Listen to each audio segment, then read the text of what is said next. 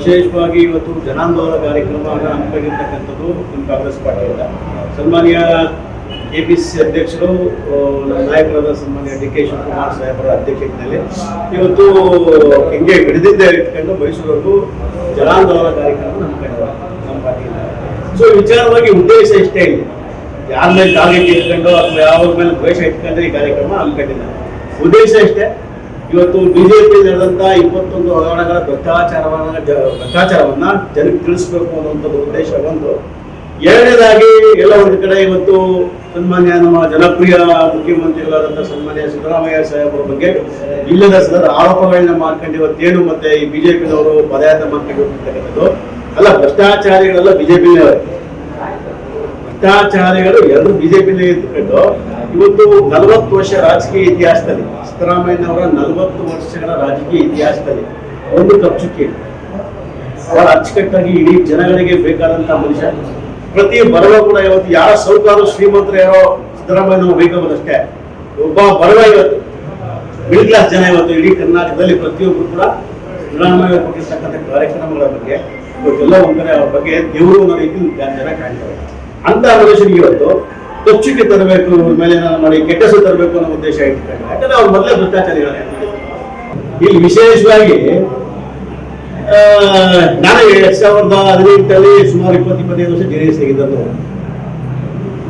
2018 2023 ಚುನಾವಣೆ ಫೇಸ್ ಮಾಡಿದ್ದು MLA ಚುನಾವಣೆ JDS ಇಂದ.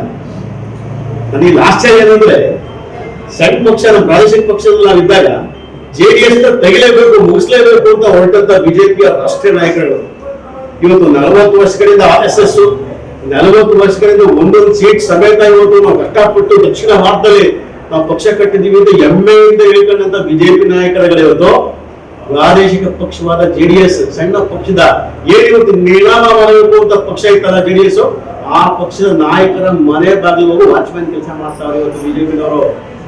ಹೇಳಿ, ವಾಚ್ಮ್ಯಾನ್ ಕೆಲಸ. ರಾಷ್ಟ್ರೀಯ ನಾಯಕರು ಕೂಡ ಇವತ್ತು ಏನು ಮೋದಿ ಕಂಡ್ರೆ ನಮ್ಮಲ್ಲಿ ಗೆದ್ದಂತ MP ಮಾತಾಡಕ್ಕೆ ಎದುರ್ಕೊತಾ ಇದ್ರು. ಇವತ್ತು ಕುಮಾರಸ್ವಾಮಿ ರೋಪನ ಹೇಳ್ತಾರೆ, ಹೋಗಿ ನಾನು 5 ನಿಮಿಷಕ್ಕೆ ಏನ್ ಬೇಕಾದ್ರೆ ಮಾರ್ಕೊಂಡ್ ಬಲ್ಲೆ ಮೋದಿ ಕುತ್ಕೊಂಡು ಅನ್ನತಕ್ಕಂಥದ್ದನ್ನ ಇಲ್ಲಿ ಪ್ರಾದೇಶಿಕ ಪಕ್ಷದ ನಾಯಕ ಹೇಳ್ತಾರೆ. ಬಿಜೆಪಿನಲ್ಲಿರ್ತಕ್ಕಂಥ ಭಾಗ ನಾಯಕರು 3 ಬಾರಿ 4 ಬಾರಿ ಮುಖ್ಯಮಂತ್ರಿಗಳಾದವರು, ಸಚಿವರಾದಂತವರು ಭಾಗ ನಾಯಕರುಗಳು ಇವತ್ತು ಹೋಗಿ ಇವತ್ತು ನೇರವಾಗಿ ಕುಮಾರಸ್ವಾಮಿ ಮನೆ ಮುಂದೆ ವಾಚ್ಮ್ಯಾನ್ ಕೆಲಸ ಮಾಡ್ತಾರೆ. ಇವತ್ತು ಎಲ್ಲಿಗೆ ರಾಜಕಾರಣ ಬಂದೈತೆ ಅನ್ನೋದು ಯೋಚನೆ ಮಾಡಬೇಕಲ್ವೇ? ಎಲ್ಲಿದೆ ಇವತ್ತು ಬಿಜೆಪಿ JDS ಅವರು ಇವತ್ತು ಮೈತ್ರಿ ಮಾಡ್ಕೊಂಡು ಪಾದಯಾತ್ರೆ ಮಾಡ್ತಾರೆ, ಇಲ್ಲ ಅನ್ನಲ್ಲ. ಆದರೆ ಇಲ್ಲ ಒಂದ್ ಕಡೆ ಇವತ್ತು ಬಿಜೆಪಿನಲ್ಲಿ ಎಲ್ಲಾ ನಾಯಕರು ಹೋಗಿ ಪಾದಯಾತ್ರೆ ಪಾಲ್ಗೊಂಡಿಲ್ಲ. ಭಿನ್ನಮತ ಇವತ್ತು ಕೂಡ ಅವ್ರು ಸಪರೇಟ್ ಒಂದು ಪಾದಯಾತ್ರೆ ಮಾಡ್ಕೊಂಡು ಹೊರಡ್ತಾರೆ. ಎಲ್ಲಿದೆ ಹೋಗ್ಬೇಕು? ಈಗ ಮೊನ್ನೆ ಕುಮಾರಣ್ಣ ಅವರು ಕೊಟ್ಟಿದ್ದ ಒಂದು ಶಾಟ್ಗೆ ಬಿಜೆಪಿ ತಂಡ ಮಾಡ್ಬಿಟ್ಟು ಬೆಳಿದೆ. ಏನಿವತ್ತು ಕುಮಾರಣ್ಣ ಕೊಟ್ಟಂತ ಒಂದು ಸ್ಟೇಟ್ಮೆಂಟ್ಗೆ ಇಡೀ ಬಿಜೆಪಿಯ ರಾಷ್ಟ್ರೀಯ ನಾಯಕರು ಸಮೇತ ತಂಡ ಹೊಂದಿದ್ದು ಇಡೀ ರಾಜ್ಯ ದೇಶ ಜನ ನೋಡಬೇಕು. ಒಂದೇ ಸ್ಟೇಟ್ಮೆಂಟ್ ಅದನ್ನು ಬೆಂಬಲ ಕೊಡಲ್ಲ. ಇವತ್ತು JDS ಬೆಂಬಲ ಇಲ್ಲದೆ ಹೋದ್ರೆ ಯಾವುದೇ ಕಾರಣಕ್ಕೂ ಬಿಜೆಪಿ ಪಾದಯಾತ್ರೆ ಮಾಡಕ್ಕೆ ಅವ್ರ ಶಕ್ತಿನೇ ಇಲ್ಲ.